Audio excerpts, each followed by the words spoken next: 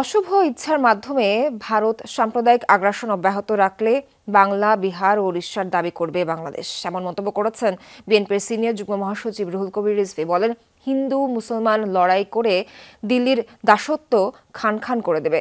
বুধবার জাতীয় প্রেসক্লাবের সামনে থেকে আগরতলায় বাংলাদেশের সহকারী হাইকমিশনে উগ্রবাদী হিন্দুদের হামলার প্রতিবাদে বিক্ষোভ মিছিল বের করে বাংলাদেশ পূজা উদযাপন ফ্রন্ট। বিক্ষোভ মিছিলটি প্রেস ক্লাব থেকে শুরু হয়ে পল্টন মোড়ে গিয়ে শেষ হয়। এর আগে রিজভী বলেন, আগরতলায় সহকারী হাইকমিশনে হামলা বড় আঘাত, বাংলাদেশ এই হামলার কথা মনে রাখবে। তিনি বলেন, শেখ হাসিনার পতন মেনে নিতে না পেরে বিজেপির তল্পিবাহক হয়ে বাংলাদেশ নিয়ে অপপ্রচারে নেমেছে ভারতীয় মিডিয়া। ওরা এই দেশকে অন্যের গোলামীর কাছে বিক্রি করবে কেন? এখানে যদি সিরাজউদ্দৌলার মোহনলাল একসাথে লড়াই করতে পারে দেশের মুক্তির জন্য, দেশ রক্ষার জন্য, ঠিক একইভাবে আমরা হিন্দু মুসলমান আমরা লড়াই করব দিল্লির দাসত্বকে